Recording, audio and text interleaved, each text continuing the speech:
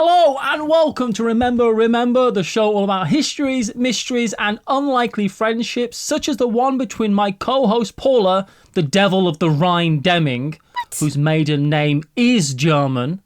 True. And myself, Matthew Jude, who's frankly the best of British, if I do say so myself. And I do! I didn't realize our friendship was so unlikely.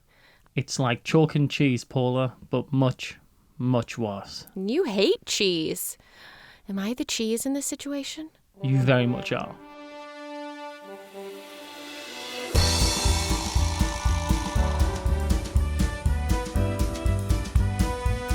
The next sentence I'm going to say may be slightly odd, but bear with me. Well, and that's honestly not that unusual, frankly. I feel like you could preface most of your sentences with the next sentence I'm going to say, maybe slightly She's like odd. cheese!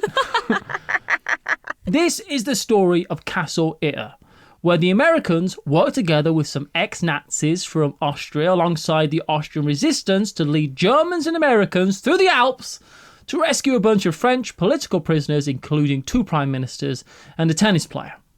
Why? I'm most curious about the tennis player. It comes up, trust me. It's not just there for fun.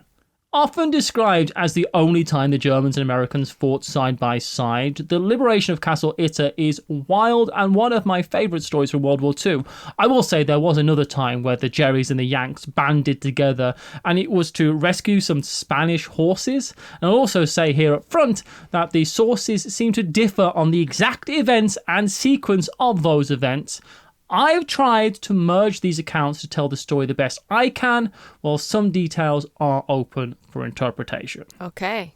It's my favorite kind of history, the kind that's open to interpretation. All history really is open to interpretation, right? Like the way that we interpret the events and what we take away from it, I guess, is up to each person individually. Even when the what is clear, the why can be very opaque. Yeah. You know? Also, you're going to love an upcoming episode we got on Lovecraft. Oh, yeah. There's some interpretations going on there. Yeah. So let's back up, zoom out just a little. We're going to do my favourite thing, which is contextualising everything that's going on in the world around it. The Austrians, as they are normally described during the Second World War, were on the Axis powers. German allies. They spoke German, albeit with a folkish accent. Hitler was Austrian by birth, for God's sake. Austrians equal bad guys. But that wasn't always the case. Austria was an annexed country, and the Ausschlau rhymes with ship's bow I've written, so it's Ausschlau, was the German annexation of Austria into the German Reich on the 12th of March 1938. Yes, it was wildly popular at the time, but that was before the war broke out, and not everyone who thought a union with Germany was a good idea also thought going to war with the entire world was one as well. You're like, hold up, wait, whoa. This is not what I thought I signed up for. We're doing what now? It's like, I'm sorry. I thought we were just going to like get more strudel, out of this. I didn't realize we were going to try and force that strudel down the throats of everyone else in the world until they died. Against the Polish? Oh yeah, we can take and everyone else. Okay, that might be an issue. This means that the often forgotten Austrian resistance The often forgotten Austrian resistance. The often forgotten Austrian resistance. The often forgotten Austrian resistance. I'm trying to say it 10 times fast.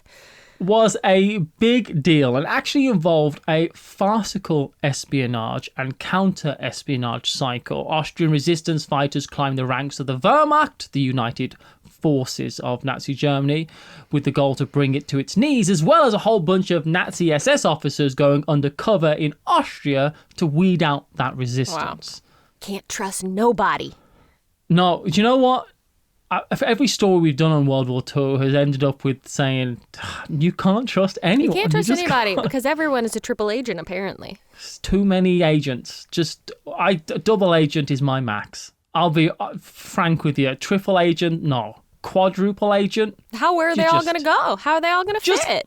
How can I be that useful? It doesn't make any sense. So with Nazi SS officers going undercover in Austria, This meant that the Nazis were going to need a place to put political prisoners. Normally, they'd just find a ditch by the side of the road, but prisoners of a certain status were always useful as pawns, bargaining chips, and contingency plans. So they were going to need to find prisons for them. Mm-hmm. The one place that made the most sense in the area was Castle Itter, which I will be pronouncing Itter for the rest of it, but I thought I'd put one correct pronunciation on the record. And then go back to your natural accent. Before my glottal stops get in the way of everyone's understanding. That's okay, I'll be saying Itter. I'd have preferred they did all this at Neuschwanstein Castle, just up the road from Castle Itter, the castle of Mad King Ludwig. But the castle of Mad King Ludwig was being used to hoard plundered artwork and was filled to the brim with Nazi gold at the time. Side note, Hitler painted the castle once in 1914. Well, he made a painting of Neuschwanstein Castle. He didn't whitewash it or anything. He wasn't hired like Tom Sawyer to spend his afternoon painting the side of it. Trying to convince all the other generals to join in because it's fun. Though, frankly, if anyone was going to whitewash something, it would be the Fuhrer. Let that settle in. I was really proud of that joke. It's a good one. It's a good one. Thank you. The Germans had been sending counterintelligence to the Allies with the aim of making them believe that the last stand of the Nazis was going to be in the Alps, which the Allies didn't want, as it would have needlessly protracted the war. So the area was massively on the Allies' radar. They thought that there could be cities of underground bunkers in the Alps at this point, which, while there were some, there weren't that many, and it made sense to them, as well as that's where Hitler's home was, the Berghof, the Eagle's Nest. What a nerd! He had the Wolf's Lair in Poland and the Eagle's Nest. I really feel like Hitler thought he was so much cooler than he was. Well, wasn't he also obsessed with finding things that, like, called things like the Sword of Truth, or, you know, like the Rod of Power, you know, the... Don't get me started on the Nazis in Tibet, because that's a whole podcast waiting to happen. Look, they tried to find the Hollow Earth. It's great. It's great storytelling, and it's kind of like when the Nazis were off doing just adventurous things and not slaughtering everyone. Yeah. It's difficult to tell some of those stories sometimes because you want to kind of put... It's a fun story. It's a fun story and you want it to be fun, but then you also have to be like, it's kind of weird telling a fun story about Nazis who are unequivocally... You know what I'm trying to say? They're not fun. No. They're the most extreme opposite of fun. But Itter Castle, well, very beautiful upon a backdrop identical to the Sound of Music, literally. It wasn't a prison yet. It started life, as we know, on the foundations of a formal castle in 1878, and in 1884, Sophie Mentor owned it. She was a pianist, a composer, and a student of Franz Liszt, who himself, Liszt, was a fellow pianist Rubinstein and composer Tchaikovsky. Wow. They stayed there and worked there. But in you've got to imagine that just having such awe-inspiring surroundings would have been... It's got to be great for... your creative artistic work, right? Yeah. Well, especially someone like Tchaikovsky. I can feel like Tchaikovsky could see the grandeur of such, like, the backdrop of this world and just fill it with music. You know, I can see the little snowflakes are falling and he's going do do do do do do do do do do do do do do do do do do do, you know, like. And later on, he'd use the sounds of cannons in his music. That's not the point. In 1902, it was sold and remodeled. The Reich then officially leased the castle in the late 1940s from its owner, Franz Gruner, before they decided it would be best if they just kept it. So in 1943, it was turned into a prison. I like how close that name is to Hans Gruber. Franz Gruner? Yeah, Franz Gruner, Hans Gruber. Just picture the same guy. It's just Alan Rickman playing a German.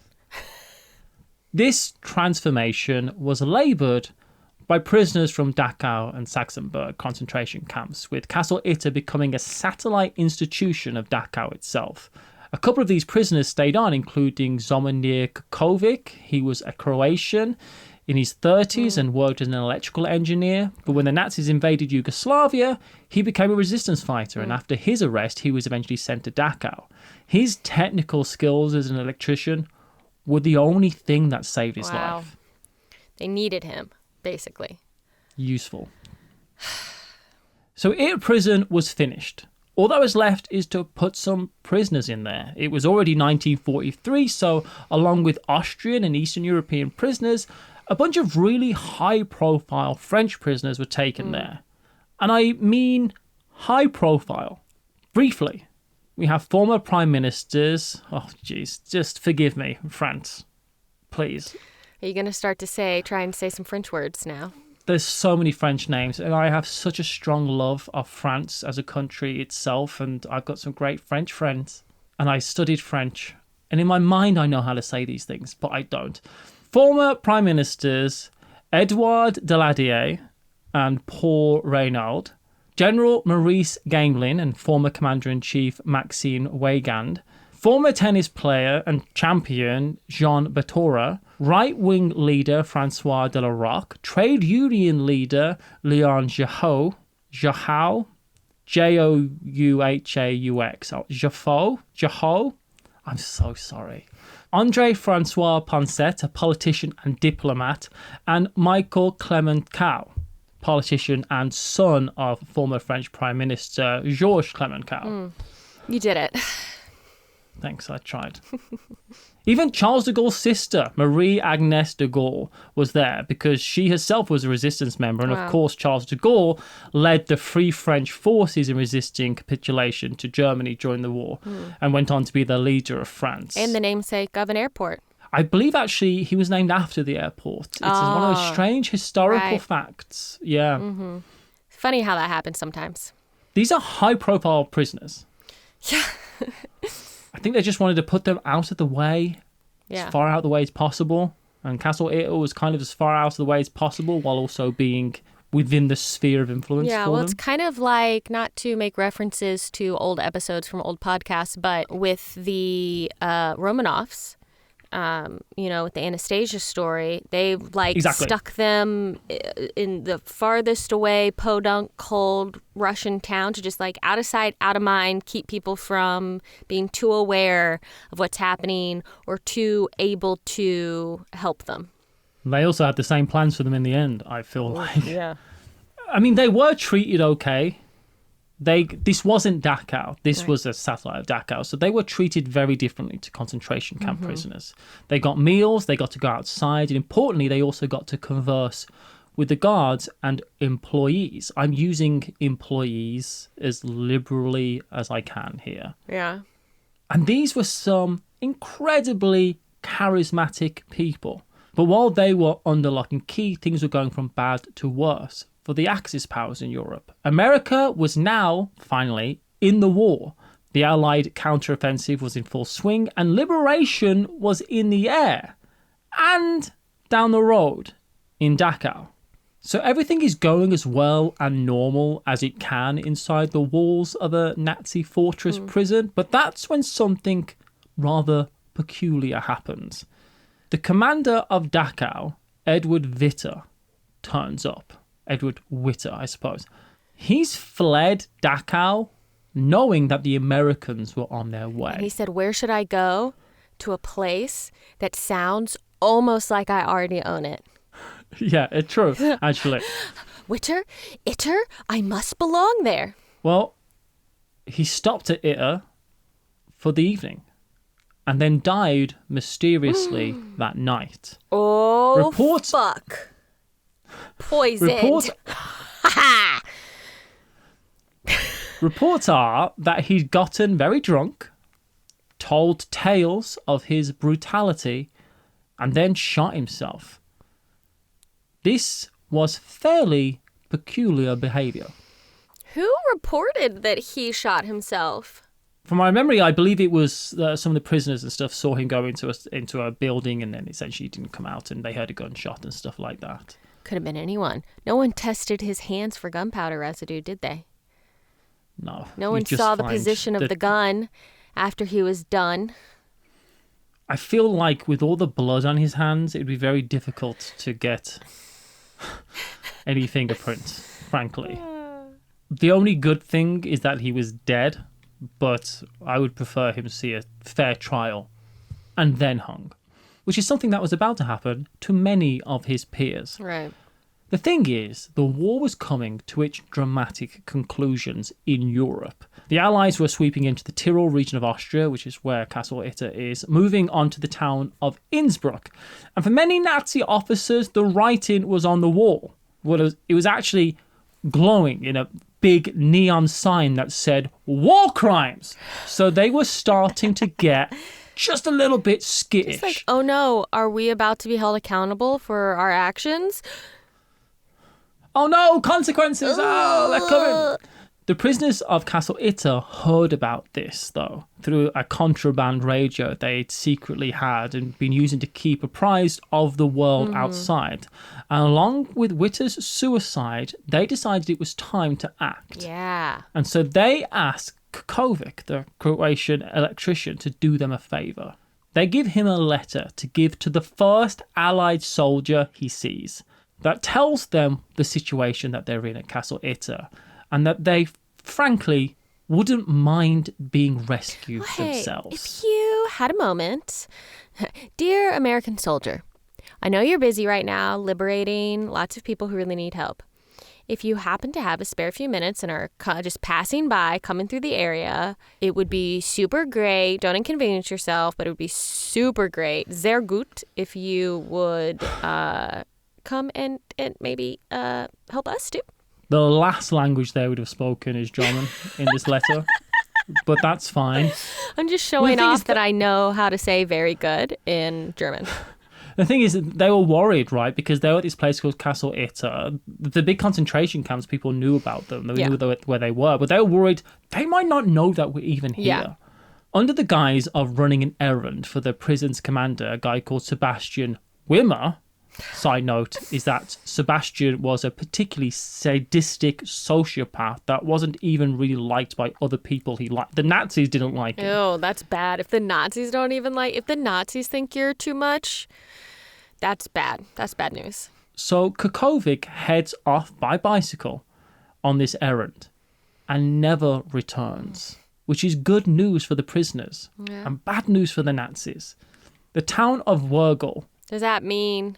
Sorry to interrupt you. Does that mean it's likely that he found an Allied soldier and was basically rescued by them? The idea is that he was under the guise of doing an errand for the commander of Castle Itter. He doesn't come back, which means he's at the very best just escaped and gone off. And at the worst, he's off to tell people what's happened at Castle Itter. The town of Wörgl was about 5 miles down the mountainous road, but was still very much occupied by the Germans. So Kukovic instead decides to cycle the 40 miles to Innsbruck, arriving late that night where he runs into the 409th Infantry Regiment of the American 103rd Infantry Division. Meanwhile, back at the castle, the Germans, spurred on by news coming from Innsbruck, and Witter's death, and now Kukovic going missing, they see there's probably time to leave. So they flee that night, leaving the prisoners to take charge of Castle Itter, who arm themselves on the fly with anything they can and hang a French flag. Wow. To signify who's in control. That's cool. I'm just imagining the French flag going up and the feeling that, I can see that scene from The Sound of Music just ripping. Yeah, where Captain Von Trapp is like, what is this Nazi flag doing hanging at my house? And he rips it up. Yeah. On May the 4th, Andreas Krobot, a Czech cook, is sent out with a message to give to the Americans. They don't know what's happened for sure to Kukovic, so they need to be sure. Krobot makes contact with the Austrian resistance and their commander, Josef Gengel. Now, Gengel is very interesting as well. He was an Austrian officer in the German forces, but one atrocity too many had forced his hand to abscond and join the Austrian resistance, who welcomed him in and gave him command of the resistance in the local area of Wörgl. He meets with Krobot and he wants to stage a rescue, but he knows that he both can't do that and leave the people of Wörgl without help. There's roaming bands of stray, lustless SS soldiers who are on vendettas of fury and rage burn it all because they down. know they've got nothing to live for. They know they know it's ending. And these roaming bands of SS soldiers, they're not following it. The Nazis didn't follow many rules in World War II, but these were just lawless criminals, essentially. So Gengel goes to a town that he knows the Americans have reached, which was dangerous because he very much looks like a Nazi still, but manages to talk to the commander at Kufstein, Lieutenant Jack Lee of the 23rd Tank Battalion. And though Lee's men were exhausted, and frankly they were hoping that they'd finished with the war, that they thought, this is our last post, we just have to hold this town now, they volunteered to rescue the prisoners at Castle Itter. I'm just picturing all of this so cinematically, right? Like the flag going up, the resistance leader like finding the Americans being like, the scene where they're like, we're so tired, but freedom and democracy. Rodeo. We're gonna go liberate us some prisoners. Yeah, Try them up. you know. Yeehaw! Obviously, That's not what they all do. Americans talk like that. It's the majority. So an unlikely band of fellows ended up heading to the castle through SS-ridden forests and mined bridges. Knowing that they couldn't transport all the prisoners, their idea was to help hold the castle and wait for reinforcements. So a transport of around 14 Americans and 10 ex-Vermach riflemen headed up to rescue a bunch of French prisoners in Austria. Though it's not fair to say just French, there are a lot of other political prisoners as from all over Europe. This is also made more strange as possible. They find that the castle's defences are being headed up by an SS officer. The SS officers helping the prisoners of war who are there defend themselves. Remember earlier I mentioned that within the walls of this castle were some of the most charismatic French people of all time. Yeah. They'd convinced some of these Germans that they were on the wrong side of the wall. Wow, that's incredible. In fact, there was so many SS officers that were there helping out now that they had to make them wear armbands just so they knew who to shoot and who not to shoot when the fighting started. Wow, jeez. So you've got to imagine that they're going there to rescue these prisoners, but they realise that they don't have to break in. They've got to hold it and wait because the SS officers are probably going to turn up and they're going to slaughter everyone. And it's not long until the Germans turn up, who take up positions outside. And it was up to Lieutenant Lee, Resistance Leader Gengels, and SS Officer Schrader to work out what to do about it. Tensions were high. Some of the Germans inside the castle defected back over to the German side, which didn't help things. And it's understandable. I can't blame individuals for acting in their self-interest, right? Like, and they're like, we're going to lose this, and I don't have to die here. I can just go back to being a German soldier. You right? Exactly. I think the difficulty sometimes, and this is no ways to apologize for anyone at all. I really don't mean to do that, but on a person-by-person level, we have personal responsibility, and sometimes that's going to just be stay alive, and I can appreciate that. Yeah.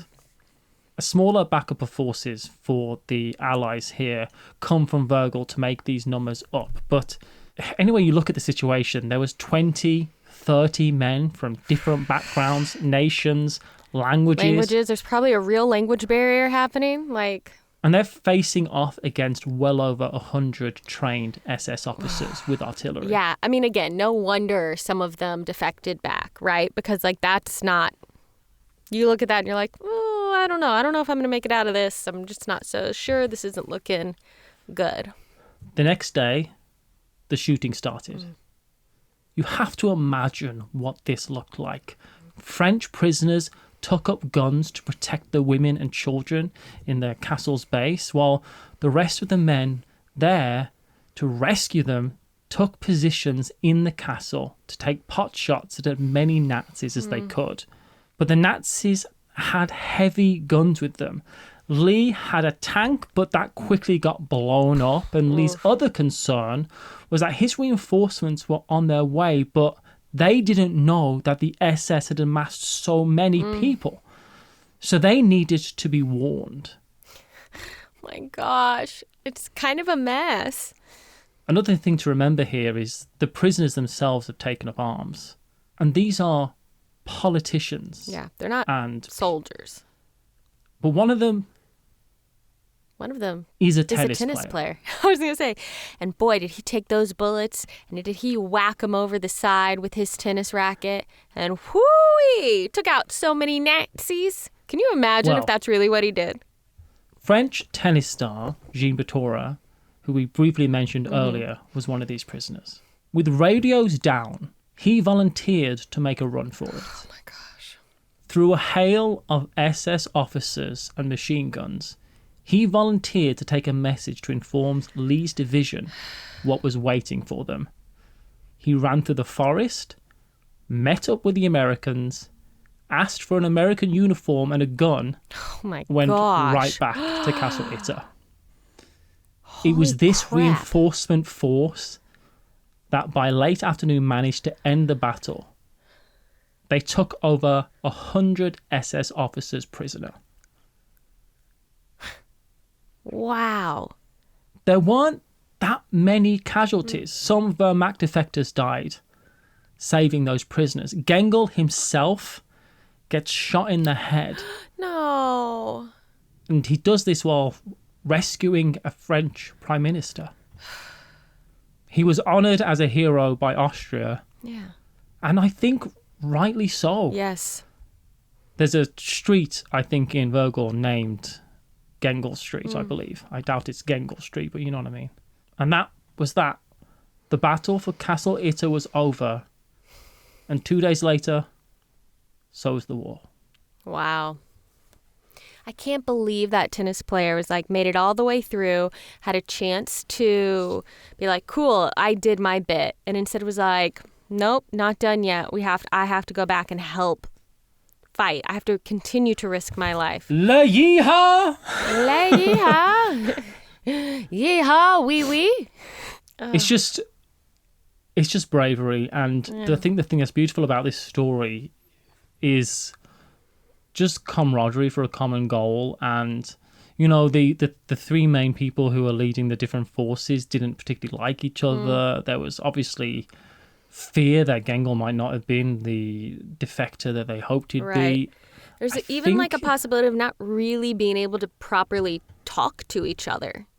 The fact that different languages, different backgrounds, different forces, different history of loyalty still managed to all come together for this one common goal and succeed at it is pretty amazing, actually.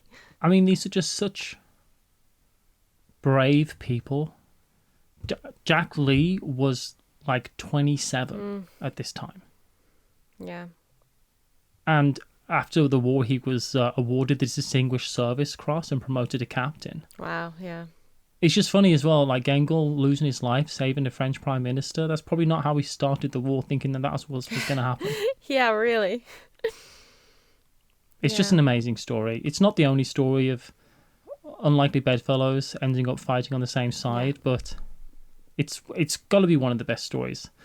Best is a difficult descriptive word to use in these type of cases, but it's one of those great stories from World War II. Yeah. It really is. Yeah.